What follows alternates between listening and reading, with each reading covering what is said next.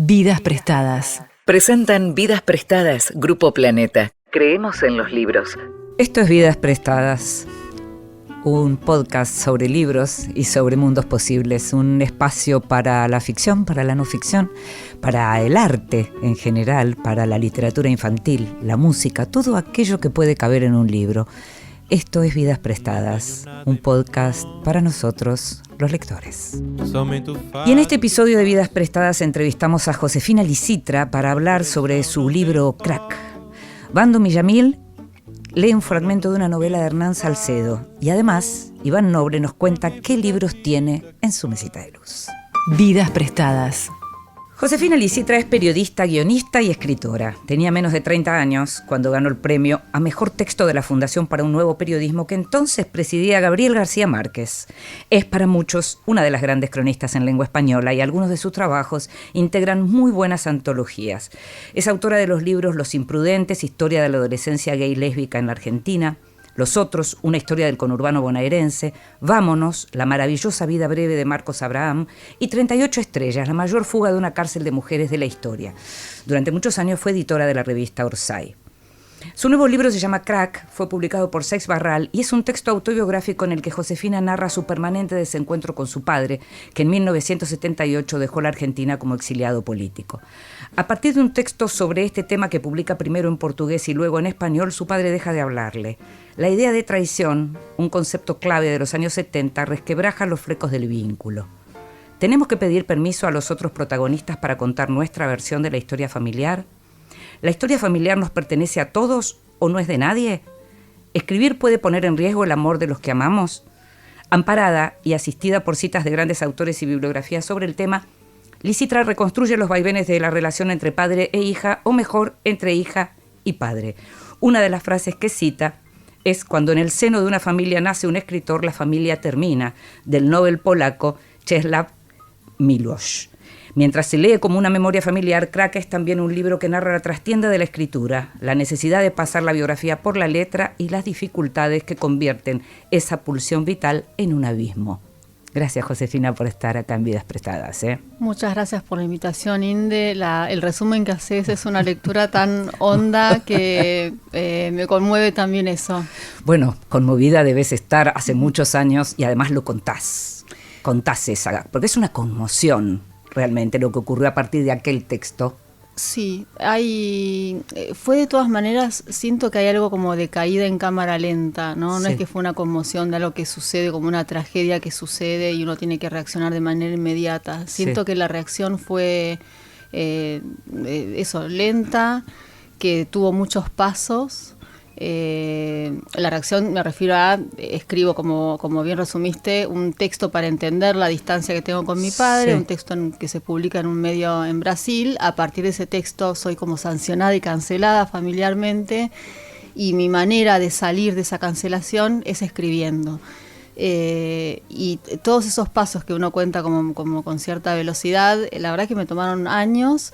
Y están como muy ligados también a procesos vitales, no son, eran tomas de decisión narrativas o literarias, pero a la vez muy vinculadas a cómo yo quería que continuara mi vida familiar. O sea, escribir no está como desligado de buscar cómo volver a relacionarme con mi padre de alguna manera, aunque sea a través de un libro. Pero te corrió de la escritura. Sí. En un punto. Quiero decir, ¿no? Aparecieron otras formas de la escritura, como los guiones y demás, pero te corriste como del camino que venías desde bien chica. Sí, a mí esa es de las cosas, a ver, todos los libros siempre tratan de más de una cosa, ¿no? Sí. Y me parece que este libro cuenta la relación que fui construyendo y que se fue como malogrando con mi padre, pero también cuenta, y a mí me resultaba como mucho más misterioso, más interesante como de desgranar cómo se construye y se destruye un escritor de alguna manera. Ajá, claro. Porque lo que fui viendo es que la relación con mi padre, que fue principalmente epistolar durante muchos años, él viviendo en España y yo en Argentina, hizo que yo me sintiera casi, no voy a decir que confortable, pero afín a un mandato familiar de alguna manera al escribir, que es que yo tenía que escribirle a mi padre y contarle cómo estaba en Buenos Aires, cómo era mi vida, qué hacía con mis amigas, cómo me iba en la escuela, cómo me iba con mi mamá, con mis abuelos, qué comía, qué películas me gustaba ver, si había leído algún libro, qué tenía para decir de los libros que me mandaba mi padre por correo. Yo me manejaba escribiendo con mucha fluidez desde muy chica. Aprendiste a narrar. Me di cuenta ahora con el libro que sí, que eran crónicas del cotidiano, que yo escribía. Además había un mandato muy fuerte que yo igual tomé con mucho placer también, que era escribirle a tu papá, escribirle, contale cómo te va. De esta manera, cuando décadas después mi padre, disgustado por algo que escribo sobre él, por escribir sobre nuestro vínculo, me dice, no puedes escribir sobre mí nunca más, ni acá, ni en la China, hubo algo, lo que son los procesos inconscientes es una maravilla, porque hubo algo a mí que me funcionó como veda y yo no pude volver a escribir. Ni sobre él, ni sobre nada. Ni sobre nada, ni sobre nada. Y es ahí cuando me volqué más a, digamos, pues escribir es mi oficio, lo manejo bien, empecé a escribir guiones, que es algo que me gusta mucho. Sí, sí. Descubrí como un segundo oficio, pero lo cierto es que llegué a eso porque no podía escribir lo que yo solía escribir. Así que el libro tiene algo como también de rotura de maleficio y de tratar de recuperar lo que siento que hace a lo que soy y me pertenece, como a todos los que escribimos, que es eso, la escritura. Ahora, ibas como buscando, digamos, modos de entender la historia.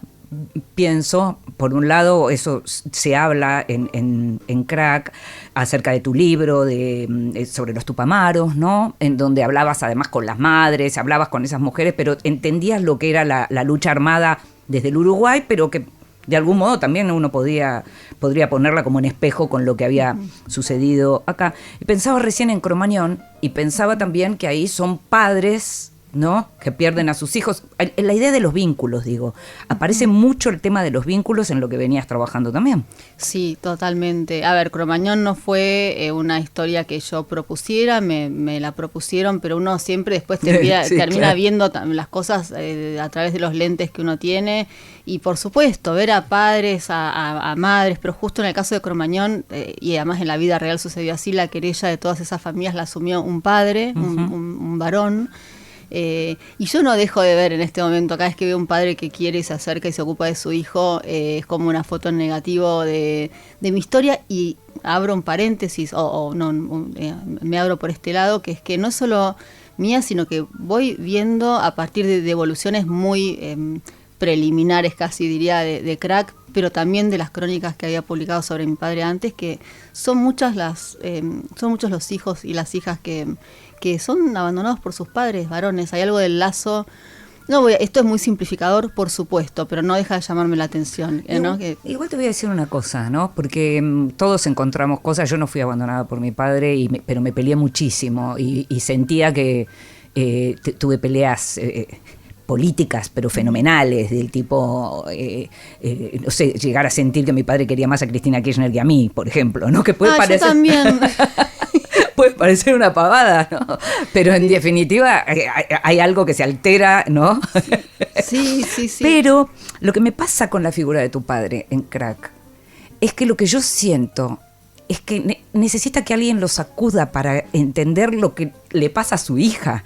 Hay un punto en donde no puede terminar de salir del propio personaje, del muchacho que muy joven se metió en la política hasta la cabeza, que tuvo que irse, que no consiguió tan fácilmente hacer de España su tierra propia, como que sigue, mucho de lo que contás sigue teniendo como las, costumbres y rutinas de un argentino afuera. Y pienso, bueno, pero ese hombre se fue muy jovencito, no logró criar a una hija, no sabe lo que es criar a esa hija. Hay algo que se perdió muy fuerte de todo eso, ¿no se da cuenta de eso?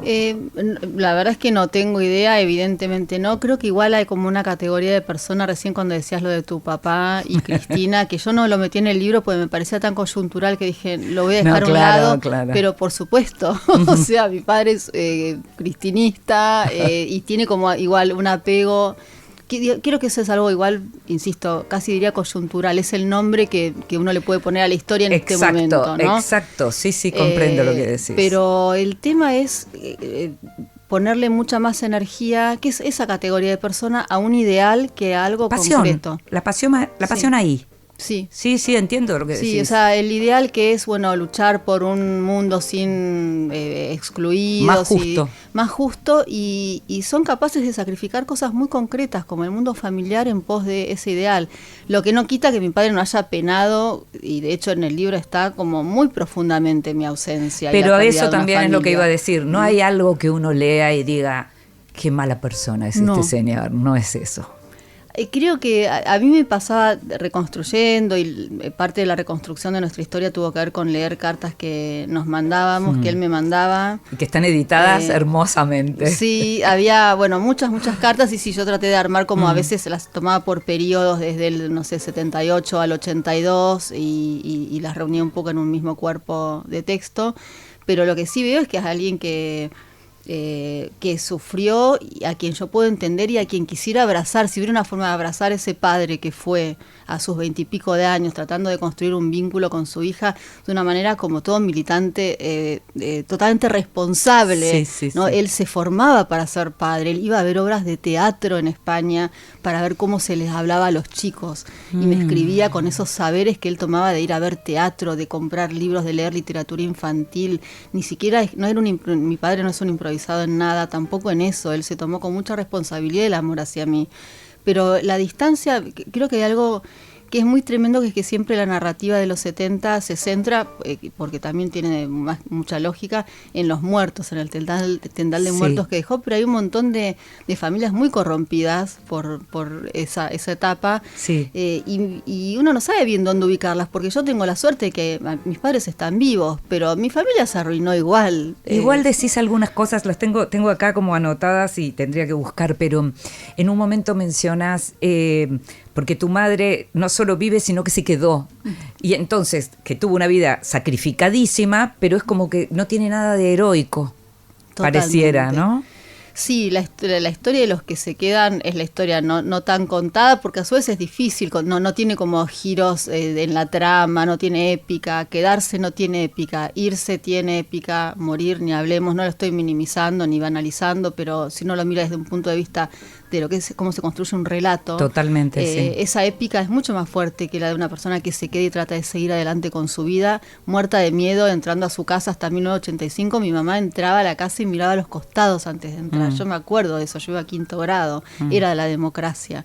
Pero y esa gente que al principio buscó trabajos y no podían, o sea, tenían que agarrar trabajos basura, como fue el caso de mi mamá, una mujer que se estaba formando, que hizo 2 veces la carrera prácticamente, y no podía, como tenían que buscar trabajos donde no le pidieran la cédula, porque la cédula estaba expedida por la policía y ella no podía ir a la policía a sacar su cédula porque corría riesgo por haber militado durante algunos años. Y esa vida como haciendo slalom entre problemas que supuso, además como medio de médano, ¿no? De ir como zigzagueando en el medio de una planicie donde no hay como sube y bajas, no hay momentos, casi la agarran, casi la matan. Ella también muy jovencita y con una nena chiquita. Sola con una nena. Yo creo que el libro tiene como un punto, tiene un revés, sobre todo en un capítulo, que es la historia de mi mamá, porque es una mujer sola, con una hija, queriendo terminar su carrera, siendo jefe de familia, como fue en mi casa, y teniendo que mantener, trató de tener una vida, no solamente ser madre y trabajadora, tratando de reconstruirse también amorosamente. Habiendo tomado además una decisión de origen que es, yo no lo sigo. Sí, exacto. Yo me quedo acá con la nena. Así es que creo que son como decisiones casi muy chiquitas, muy mínimas, desde el punto de vista, insisto, como de cómo se construyen las grandes historias de un país, pero había también como todo un universo de militantes que estaban casi era un poco lo que el texto que circulaba en mi hogar, que era casados con la orga. Sí, claro, ¿no? Claro. Y cuando tenés a tu pareja como casada con la orga, que es algo que tiene, insisto, sus razones, no lo estoy moralizando, pero es muy difícil construir una pareja así. Entonces también la reacción es a eso, a alguien que se va a España porque la orga te manda a España, y también cuesta vivir siguiendo los designios de una organización así, ¿no? Claro, porque además todo eso aparece en Crack, porque aparecen personajes a quienes vos consultás por lo que estás queriendo saber quién fue tu papá, no solo quién es. Hay que tratar de saber quién fue para poder entender quién es. Mencionabas antes un abrazo. Hay un abrazo con tu papá en Crack cuando muere tu nono. Sí, exacto. Es que la historia con mi padre es una historia de encuentros y desencuentros. No es la primera vez que me dejó de hablar aunque esta es mucho más larga. Ya hubo otro momento, lo cuento en el libro. A veces también era como un límite muy poroso el de volcarme muy al chiquitaje y a la cosa como medio pornográfica del relato familiar, de contar de más, pero a veces sentía que era lo que tenía que hacer para que se entendiera algo. Tuve una distancia con mi padre antes y esa distancia se saldó, lo que yo siento que se tiró ahí como la bala de plata, que es como tenés solo un tiro para hacer y podés darle en el blanco o no, y fue mi abuelo cuando murió, nos unió como la típica escena en el lecho de muerte. Bueno, ahí estábamos mi padre y yo, y lo que uno ve ahí cuando nos juntamos, mi padre vino de España para despedirse de su padre, es cómo los malos entendidos y la distancia y el enojo tienen como aliado fundamental a la distancia, porque no hay distancia cuando estás cuerpo a cuerpo. Todo eso empieza a tener un peso pluma, es bastante fácil de salvar. Y así que yo creo que si tuviera como que responsabilizar a alguna entidad o algún dispositivo de buena parte del problema, es que estemos tan lejos, ¿no? Por supuesto no es algo que viene dado, uno elige quedarse. La dictadura terminó en 1983, ya teníamos a Alfonsín con nosotros, estaba la posibilidad de volver, pero también los exiliados no son como robots que se desloguean o aprietan un botón y ya pueden volver a la Argentina. Armaron un mundo en los países a los que se fueron, porque tenés que sobrevivir emocionalmente, no puedes estar de prestado todo el tiempo. Y puedo entender que él no tuviera resto para volver a armar su vida en Buenos Aires, un país además como condenado a la inestabilidad permanente. Yo no se lo reprocho eso, pero qué pena, pues la distancia colabora bastante con los malos entendidos. ¿Le tenés bronca a la política?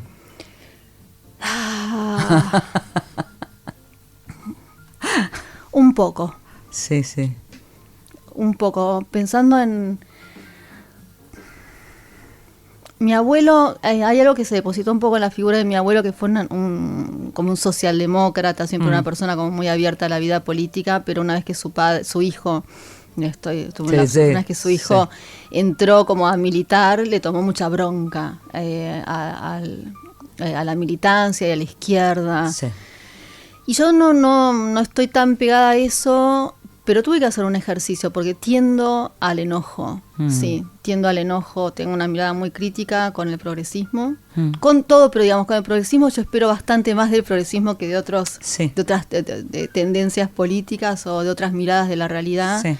Y sí, yo creo que tengo que moderarme para no enojarme, porque mi tendencia es al enojo. Sí. Quiero seguir preguntándote sobre esto, pero vamos a escuchar ahora, leyendo en voz alta, a Bando Millamil, y seguimos, dale. Perfecto. En voz alta, cuentos breves, poesías, lecturas para compartir. La noche más larga de mi vida sigue ocurriendo. Va y viene en forma de recuerdo o sueño. Irrumpe en cualquier momento del día. No pesa ni hace ruido. No confunde. Acompaña. Está ahí, subterránea, como una capa de tiempo paralelo por debajo del tiempo cotidiano. No la percibo siempre. No molesta, pero está. Como una araña en la esquina del techo de un cuarto, o como una planta que no requiere atención ni agua, que se alimenta sola. Sola. Mi madre está en una habitación de hospital, acostada en la que será su última cama. Está boca arriba, tiene puesto un camisón de tela suave y la tapa apenas una sábana blanca. Un sonido agudo y calmo es la prueba de que está viva. Horas antes, cuando entró por la guardia, inquieta en su silla de ruedas, se ahogaba. No le salía la voz, soltaba un ruido feo, con saliva. Los ojos pedían ayuda, matar el dolor. Los ojos pedían matar el dolor. Comienzo de Quiero ser yo el que te diga que te vayas, de Hernán Salcedo, editorial Queja. Y lo escuchábamos a Bando Millamil leyendo el comienzo de la conmovedora novela Quiero ser yo el que te diga que te vayas, de Hernán Salcedo, publicado por editorial Queja. Bando Millamil nació el 24 de octubre de 1957, es actor de teatro, de cine, de televisión, también es locutor. En teatro actuó en La Cabra, en Baraca, en The Pillowman, El Amateur, entre otras obras, y fue dirigido por Villanueva Cose, Julio Chávez, Javier Daulte y Oscar Martínez, entre otros directores. En cine pudimos verlo en Sama, La Señal, La Puta y la Ballena y Evita, entre más de 40 producciones nacionales e internacionales, con directores de nombres como Eduardo Miñona, Adolfo Aristarain, Lucrecia Martel, Luis Puenzo, Carlos Sorín y María Luisa Benberg, entre otros. En televisión, Bando actuó en Montecristo, en La Mujer del Presidente, Mujeres Asesinas, Los Simuladores y Tiempo Final. Claudia Piñeiro regresa con su nuevo libro, La Muerte Ajena, cómo una noticia puede cambiar tu vida. Una novela perturbadora sobre el sexo y el poder. La Muerte Ajena, de Claudia Piñeiro, publica Penguin Random House. Búscalo en todas las librerías del país. Seguimos con Vidas Prestadas. Y seguimos en Vidas Prestadas, este podcast sobre libros y sobre mundos posibles, y estamos teniendo una conversación muy profunda y muy linda con Josefina Licitra a propósito de Crack, su nuevo libro. A veces se dice novela de autoficción, se habla de literatura del yo. Josefina es una gran cronista, yo creo que es una crónica autobiográfica básicamente, escrita con todas las herramientas de la literatura, de lo que es posible y de lo que venís haciendo desde siempre. Hay dos cracks, o muchos cracks. Hay un crack que tiene que ver con un dolor físico concreto, ¿no? Que tiene que ver con el presente de la narración y ese pie que se lastima. Y hay un crack enorme en relación a la ruptura de lo que tiene que ver con esta relación. Recién cuando leía los nombres de tus libros, me daba cuenta que tus libros anteriores todos tienen un juego, que tiene un título corto y como una explicación en el propio título. Y esto dice crack. Ni siquiera una palabra en el sentido estricto, digamos, ¿no? Más onomatopeya que... Sí. ¿Cómo fue? Es un tema porque lo hablé bastante con la editorial, tuve 2 editores, Rodolfo González Arzac, en Planeta adentro y por fuera de la editorial a Nahuazuk. Y pensábamos bastante si tenía que ir a una bajada. Formalmente lo ideal es que haya una bajada, sobre todo cuando tenés un título tan críptico. Crack no se entiende bien de qué va, no se entiende nada de qué va, pero no me resultaba fácil encontrar una bajada que no fuera el desencuentro de un padre con una hija, cosas así, porque claro. todo me resultaba una simplificación que yo no tenía resto para sostener después de salido del libro, que es como la historia de un padre que abandonó una hija. No voy a poner eso. La historia no me era tan fácil de resumir. Y fue apostar más a una sensación que a información. De hecho, la portada es una foto pero intervenida también, una foto mía con mi padre, pero mi cara se ve de chica, de niña, pero la de mi padre no.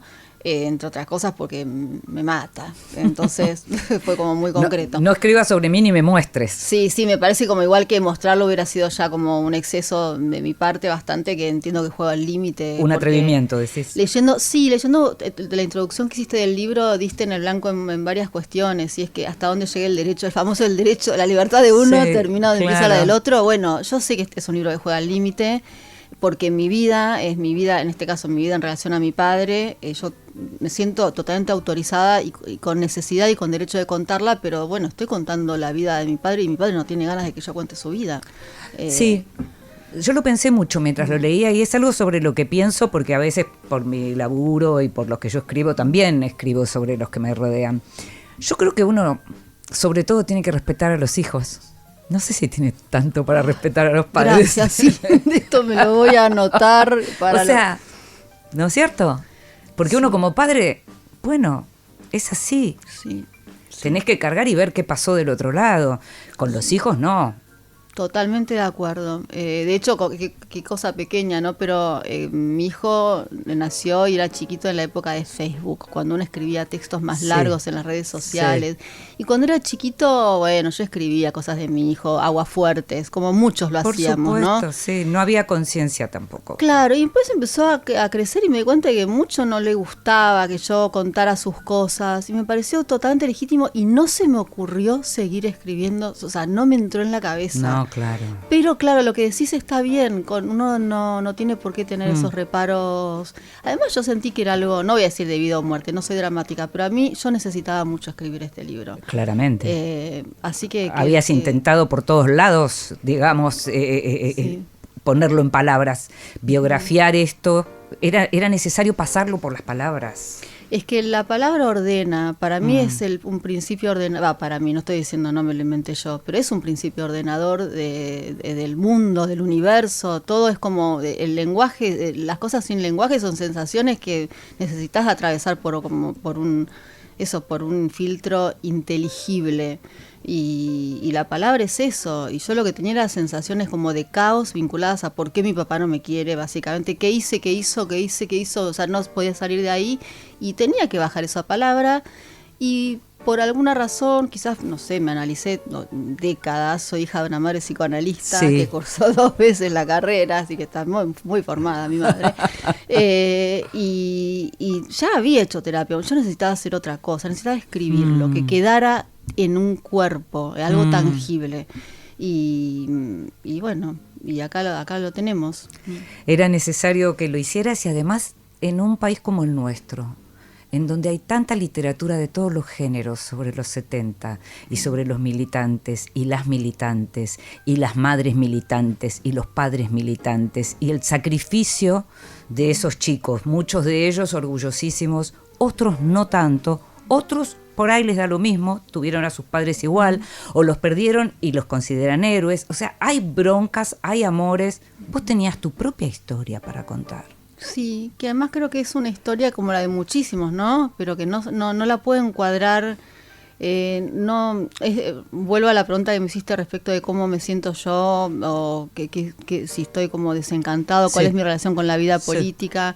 Y es una pregunta permanente que me hago. Yo no puedo no estar de acuerdo con principios de solidaridad y de igualdad social y de amor por el prójimo. O sea, que me parece que nadie, es un poco una obviedad. ¿Cuánta gente no quiere eso? Pero después los mecanismos con los que se puede conquistar esa búsqueda, sí tengo reparos, dudas, reproches, y siento que estoy en un lugar en el que no termino de ver una posición heroica, sí, una posición triste, dolorosa y angustiante, pero una posición heroica pura. O sea, no veo la pureza en esa construcción social que se fue armando. Creo que todos los militantes fueron, bueno, qué obviedad, ¿no? Uno dice fueron personas, pero entonces es hora de que empecemos a interpelarlos de otra manera, porque si fueron personas hay que empezar a verlos como personas, y se equivocaron en un montón de cosas. Sí, bueno, y los que sobrevivieron y viven largas vidas y demás, bueno, no, tienen alguna cosa también para decir, seguramente. Bueno, ni hablar. Por eso, ¿qué habría pasado con muchos de los que murieron muy jóvenes? No podemos saberlo tampoco. No. Es decir, ¿qué hubiera pasado en términos de su relación con la política? Porque uno ha visto cambios enormes en gente que también, ¿no? Totalmente. Podía haber estado dando la vida en ese momento, y sin embargo cambiaron muchísimo. Algunos de ellos forman parte de gobiernos, o sea, totalmente, ¿no es cierto? Eso también, digamos, cambia mucho. Hablas de lo que tiene que ver con tus operaciones cuando eras chica, y tenemos algo más en común, porque yo también tuve parálisis de Bell. Es verdad, yo leí que escribiste algo en Infobae, ¿puede ser? Sí, lo escribí un par de veces, y en el año 2006, o sea, supe lo que era tener media cara paralizada. Sí, total. Lo que aparece ahí con esas cirugías, hay como una cosa de una nena muy chiquita para las cirugías también, ¿no? Le faltaba a su papá, tenía todo eso. Algo que aparece en Crack. Es muy conmovedor el modo en que vos contás esas cosas que recordás de cuando empezaste a subir sola al colectivo, de cuando te ibas sola a la escuela para que tu mamá no llegara tarde. Montones de todas esas cosas. Y te voy a volver a hacer doler. ¿Tu papá sabía todas esas cosas? Sí, no, sospecho que sí. De hecho, algunas operaciones mías, explico, yo nací como con una malformación congénita, o sea, que hice algo de nacimiento, no es que me pasó algo después de haber nacido, que hizo que me tuvieran que hacer varias operaciones desde chica, y algunas en la adolescencia. Operaciones bastante escabrosas en algunos casos, ¿no? Sí. Y mi padre vino a algunas operaciones Por supuesto no estaba al tanto de lo que era el folclore de mi vida de niña. Sí, al estar como a cargo solo de mi madre no contó con ayuda de mis abuelos. Sí hubo en algunos casos puntuales, pero en general estaba bastante sola. Sí. Entonces yo tenía que ayudarla y nos teníamos que arreglar solas en muchos aspectos. Entonces, por ejemplo, nos mudamos a una casa que estaba lejos de mi escuela y mi mamá tenía que entrar a trabajar, no me podía llevar a la escuela porque si no llegaba tarde al trabajo. Entonces a los 6 años me dijo, mira, o te cambio de escuela o aprendes a viajar sola en colectivo. Y yo dije, tenía muchos amigos, me iba muy bien en la escuela. Dije, bueno, viajo sola. Y sí, todavía la siento físicamente, recuerdo viajar cómo me apretujaba mi mamá dentro del colectivo al entrar al llegar al 106, como me metía en el colectivo a presión, porque antes se viajaba bastante peor que ahora. Y sí, yo fui independiente desde muy chica. Y no querías que ella se doliera porque le decías que te gustaba porque ibas calentita. Sí. Eso me resultó tremendamente conmovedor. Sí, porque una vez que esto, la verdad, es un recuerdo que mi madre me ayudó a construir. Yo me acuerdo lo de calentita, pero ella me dice, es que una vez te empujé y me sentí tan culpable porque te ibas casi colgando del estribo, porque pues, antes se viajaba así, que me dijo perdón.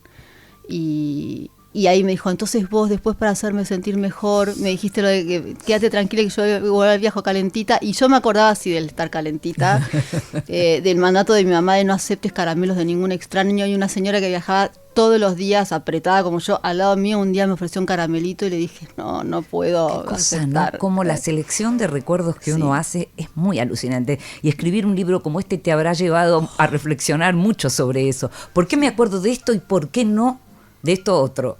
Eso es un misterio y la verdad es que no sé, porque uno también necesita armar un relato de su propia vida. Ese relato es el resultado de una selección voluntaria o involuntaria según el caso. Los recuerdos yo ni sé por qué aparecen y me ayudan como a ordenarme en función de, bueno, cómo era eso, mi vida de niña, mi vida con mi madre, las operaciones, el lugar de mi mamá, al lado como cuando yo me despertaba de las operaciones, que estuviera cerca para mí hay un recuerdo que tengo, pero además es un recuerdo táctil de estirar la mano con los ojos cerrados y buscar la cabeza de mi mamá, y cuando tocaba, mi mamá en ese momento no se hacía el brushing, tenía rulos y los rulos mojados, pues iba corriendo, se bañaba y volvía de bañarse y esa sensación del pelo recién lavado de mi mamá la tengo todavía hoy, y estamos hablando de algo que yo debo haber vivido a los 5 años, 6 años.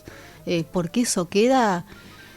No lo sé. Creo que el nivel de trauma, nivel de trauma es alto y queda y sobrevive, como que no pasa el tiempo para algunas cosas, ¿no? Bueno, esa cabeza, ese pelo, esos rulos, esa humedad, era finalmente lo que te ataba a la vida también. Sí. ¿Sabes lo que es para un niño despertarse de una operación? Eso, el desconcierto, no sabes en qué planeta estás, por qué te duelen algunas partes, qué te hicieron. No es que te explican antes, si se me explicaron no habré entendido mucho, te vamos a hacer esto, lo otro. Yo sentía que me habían dejado como, me lo imaginaba así, un estetoscopio gigante a la altura de la costilla, porque me habían sacado un cartílago, creo que me volaron 3 costillas. La mala praxis en ese momento era bastante común. Y era una sensación así, como tengo un estetoscopio y tengo como y algo en la cabeza, sentía mucho peso en la cabeza, era un nivel de confusión total. Y volviendo a mi padre, yo creo que alguna vez vino, pero no lo culpo, para él debe haber sido terrible saber que a mí me estaban operando y él no estar cerca. Son como distintas etapas en nuestra relación y él debe haber padecido muchísimo tenerme lejos. Vos le decías claramente, vos sufriste por no estar conmigo, pero yo sufrí mucho porque no estaba con vos. No hemos tenido charlas de ese tipo, no hemos tenido ese tipo de charlas. Por ahí por eso tenías que escribir. Sí, no, ahora que me decís, no, creo que nunca tuvimos una charla, diría casi adulta, ¿no? Creo que lo que nunca tuvimos es una charla adulta. Me parece también que debe ser muy raro para un padre que no creció, que no tiene la ligazón del cuerpo, de haber como engendrado, que a su vez tampoco tiene la cercanía de vivir cerca, ¿no? Sí. ¿Cómo sostenés el amor por una hija dentro de los carriles convencionales cuando estás a 15.000 kilómetros de distancia? quizás, digo, esto de no tuvimos una charla adulta, quizás es que no teníamos ni la confianza, éramos un poco dos extraños, ¿no? Ahora, vos estuviste allá, estabas un tiempo, contás algo muy interesante, que es que adoptabas los modismos españoles en tu forma de hablar. Y eso, así como de pronto una como hija adopta el equipo de fútbol del padre, una hija mujer suele hacer eso también, y es un modo de acercarse. ¿Pensás que hablar como hablaban en el lugar donde él vivía también era una forma de acercarte? Eso lo empecé a intuir escribiendo el libro. Sí. Porque antes no entendía por qué, pero yo de chiquita sí, iba y a los 2 días estaba hablando como una niña española. Era que mi papá de hecho me cargaba, él, no sé al día de hoy, pero nunca habló como una española. Claro. O sea, su glosario sí es 100% español, pero su forma de hablar, de pronunciar no. Porque es una forma de resistencia, ¿no? Evidentemente sí, es su terquedad y su seguir estando acá, lo tiene ahí porque después todo el resto, lógicamente, pasó mucha más parte de su vida allá que acá. Claro. Pero se ve que yo me adaptaba mucho y algo de eso me quedó, porque viajaba, de hecho me quedó eso lo pongo en el libro, yo donde sea que viaje, aunque vaya por 2 días, yo me instalo. Sí, también ahí me identifico, porque mira, yo necesito sentirme en casa. Sí, por eso yo cuelgo todo lo poco que tenga, lo cuelgo, pongo en el baño, lo lleno de todas mis porquerías, los lleno, hago todo, los libros a la mesita de luz, siempre, y el idioma lo adopto bastante rápido. Sí, soy... calcé lo más rápido que pude en el mundo que había armado mi padre allá, y me parece que eso también se veía en mi manera de hablar. Sí. Cuando pensaste en que querías ser mamá, Uh-huh.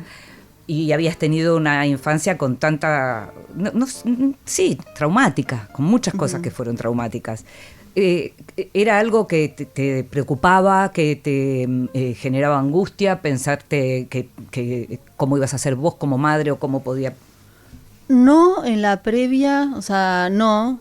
Tenía, cuando decidí ser madre, que fue cerca de los 30 años, no es que tuve como un deseo de maternidad de toda la vida, para nada. Sí me puse en pareja con quien sería el padre de mi hijo, que tenía 3 hijos de un matrimonio anterior, y yo empecé a tener como relación con niños. Dije, como que es lindo también estar con chicos, y ahí un poco se despertó.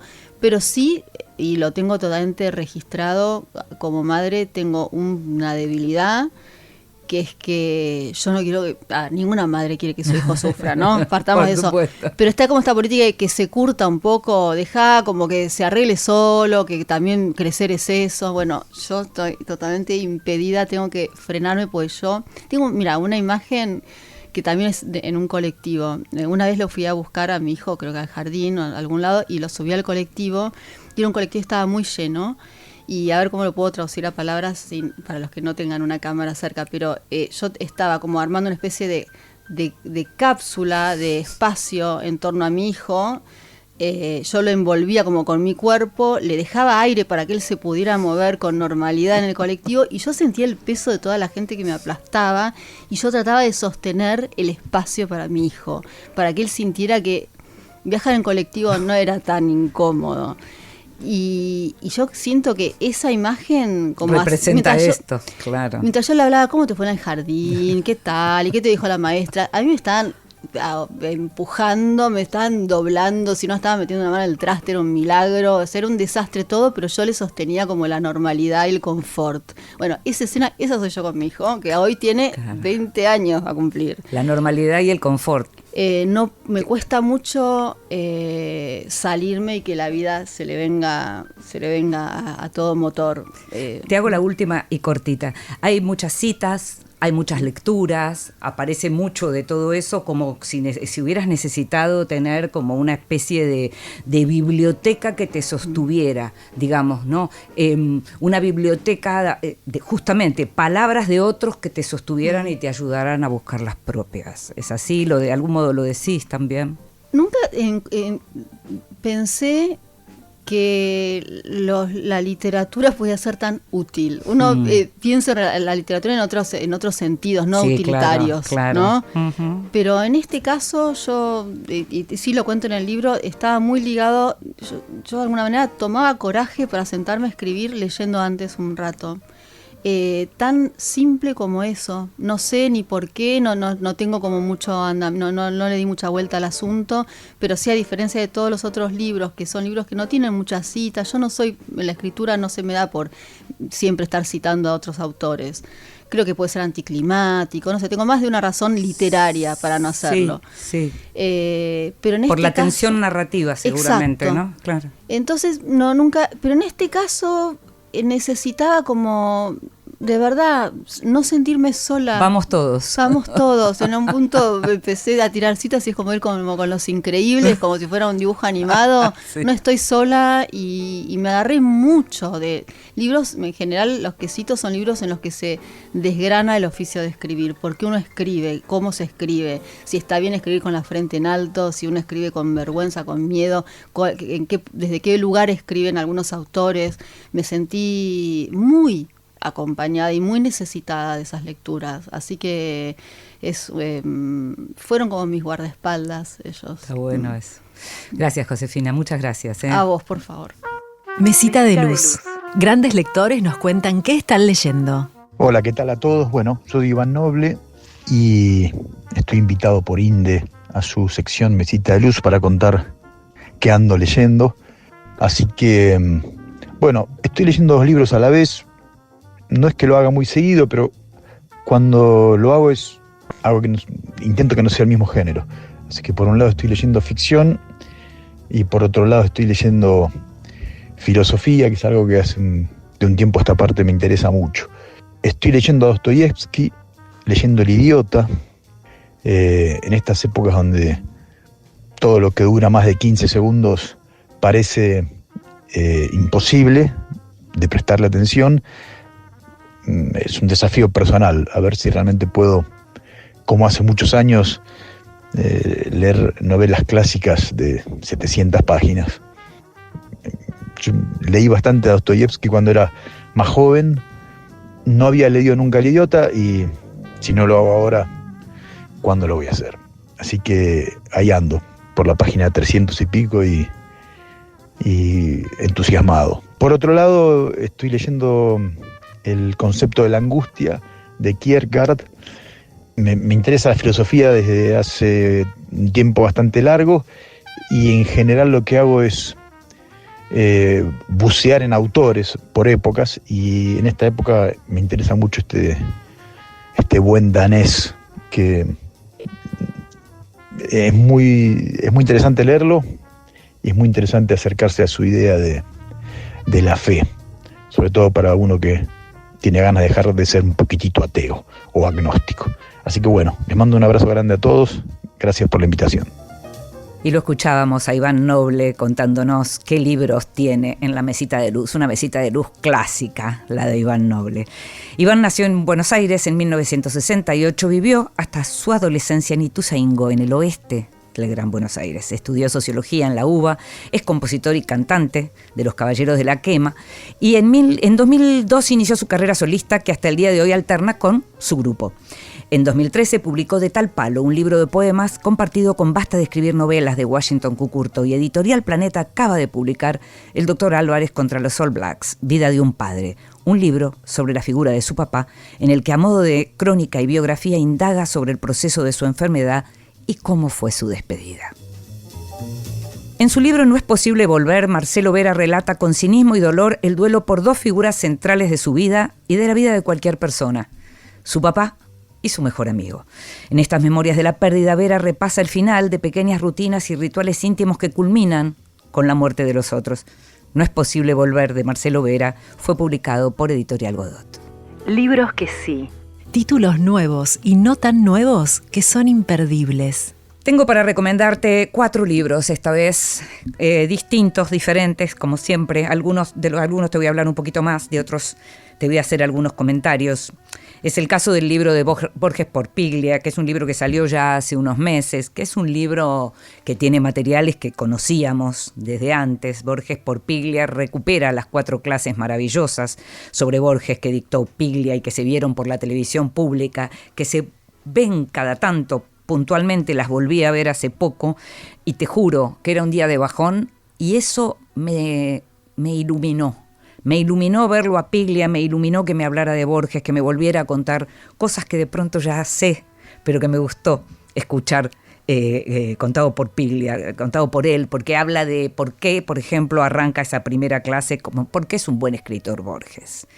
Y con esa gracia que tenía Ricardo como docente, además, que era realmente muy, muy bueno. En este caso, al mismo tiempo, esta edición de Eterna Cadencia tiene un muy buen epílogo de Edgardo Dieleque, que estuvo en Princeton, que estuvo viendo los papeles que dejó Ricardo Piglia a esa universidad estadounidense. Y hay además una joyita, que es una entrevista que le hizo Piglia junto con Mario Sichman a Borges. Y es una entrevista distinta, por lo pronto que no conocíamos, con lo cual hay ahí algo muy... como un tesorito, ¿no?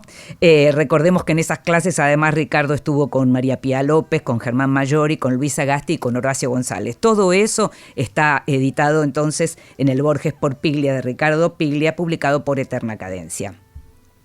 Si escuchás Vidas Prestadas, seguramente sos una persona a la que le gustan los libros.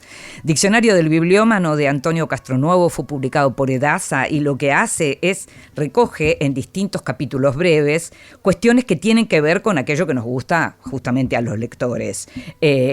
Lo hace a partir de algunas anécdotas de historia de la literatura, de algunos temas que nos preocupan a todos, como por ejemplo... ¿Prestamos libros o no prestamos libros? Sabemos que corremos el riesgo de no recuperarlos. ¿Pedimos prestados libros?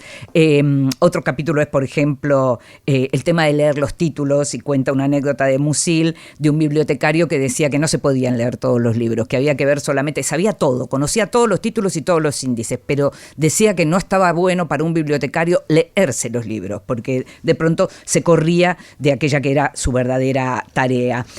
Hay cosas que tienen que ver con, por ejemplo, fantasmas en los libros, hay cosas que tienen que ver, estuve viendo acá y marqué algunos que me interesaron particularmente, decoración, los libros como decoración. Me acuerdo en una entrevista que le hice a Juan José Saer que me contaba que en una época él vendía libros para decorar, entonces iba y le decía, por ejemplo, a alguien, le decía, bueno, y 1 metro de los verdecitos y medio metro de los coloraditos, así que los libros también como decoración aparecen en este diccionario del bibliómano. Es un libro que se puede leer de atrás para adelante, adelante para atrás, que lo podés empezar por el medio, que lo podés tener a mano en tu mesita de luz cada vez que tengas ganas de distraerte un rato, de divertirte, tiene cosas de mucho humor. Se llama Diccionario del Bibliómano y fue escrito, como te decía, por Antonio Castronuovo de una manera muy elegante y fue publicado por Edasa. Hay un autor que entrevistamos en Vidas Prestadas hace un tiempo, lo hicimos cuando había publicado Peregrino Transparente, es un autor colombiano que vive en Chile, creo que sigue viviendo en Chile, Juan Cárdenas, un autor de los buenos de su generación. Sigilo acaba de publicar La Ligereza, un libro de 4 ensayos, que reúne 4 ensayos de Juan Cárdenas, que es una persona, por otra parte, Juan, que está interviniendo todo el tiempo en lo que son las discusiones públicas. Pero en este caso, el libro lleva el nombre del primero de los artículos de La Ligereza, en donde lo que hace es la distancia, habla de que la obra de arte, el arte en general, tiene como característica la ligereza, pero lo diferencia de la frivolidad. Y el análisis que hace realmente es muy bueno, habla de obras clásicas, explica por qué determinada obra es arte y por qué otra no es arte. Como te decía, hay 3 ensayos más en donde aparece también cuestiones que tienen que ver con el origen trágico de su familia, experiencias límite de viaje. Lo bueno es leerlo a Juan, ¿no? Leerlo cuando hace narrativa. Ornamento es otra de las novelas que yo leí que me gustó mucho, que son todas muy diferentes además. Y en este caso, en La Ligereza, es muy bueno verlo como crítico de arte, no solo de literatura, como crítico de arte. Como te decía, este libro de Juan fue publicado por Sigilo, editorial Sigilo. Por último, tengo una novela que publicó Chay, que se llama El resto de nuestras vidas, que es una novela de un escritor norteamericano, Benjamin Markovits, o Ben Markovits, también se lo conoce. Es norteamericano, pero vive en Londres, enseña literatura también ahí. Y es una novela que está escrita en primera persona por un profesor que se llama Tom, y que arranca contándonos con una revelación y también con un anuncio, porque dice que su mujer lo engañó con un conocido, tuvo una aventura pasajera, pero él decidió que no va a separarse, sino que va a esperar que su hija menor, que tiene 6 años, vaya a la universidad. Después de contarnos esto, pasa tanto tiempo como 12 años y Tom está llevando a su hija a la universidad. La está llevando a la universidad, en el medio sabemos algo más de Amy, de su mujer, y sabemos que ese matrimonio está, por supuesto, en crisis, que es un matrimonio que no tiene recomposición posible. Acompaña, como te decía, a la hija a la universidad, la deja y sigue de largo, no regresa. Lo que hay es entonces un matrimonio que se rompe, hay una fuga, se escapa de la pareja, pero se escapa del pasado, y también se escapa de una guerra cultural. Es muy interesante cómo aparece lo que fue cómo se vivió el tiempo de la cancelación, el tiempo más duro de la cancelación en las universidades norteamericanas. Pero también hay un COVID, un long COVID. Lo que no hay acá es culpables del quiebre de ese matrimonio. Ahí son socios, son cómplices, te diría. Está súper bien escrita. El tema de los vínculos es uno de los temas que los narradores norteamericanos mejor manejan, y en este caso El resto de nuestras vidas, traducida por Juan Nadalini, publicada por Chay, es altamente recomendable. Quiero agradecerle también a Marito Lavais, que me hizo llegar su novela Los Pozos, publicada por la editorial de la Universidad Nacional de Santiago del Estero, y que cuenta una historia que transcurre en Colonia Dora y tiene en la contratapa un texto del mexicano Mario Velatín. Me mandó también el libro de cuentos La Muda de Andrés Navarro y el de poemas Cuarteto Bolche, ambos libros publicados por la editorial santiagueña UMAS, y el libro Microbios Esmeraldas, publicado por Tóxicos. También le agradezco a Mercedes Calzado, que me mandó su novela Este verano que empiece otra vez, una novela que tiene prólogo de una escritora que también pasó por Vidas Prestadas, Katia Adawi.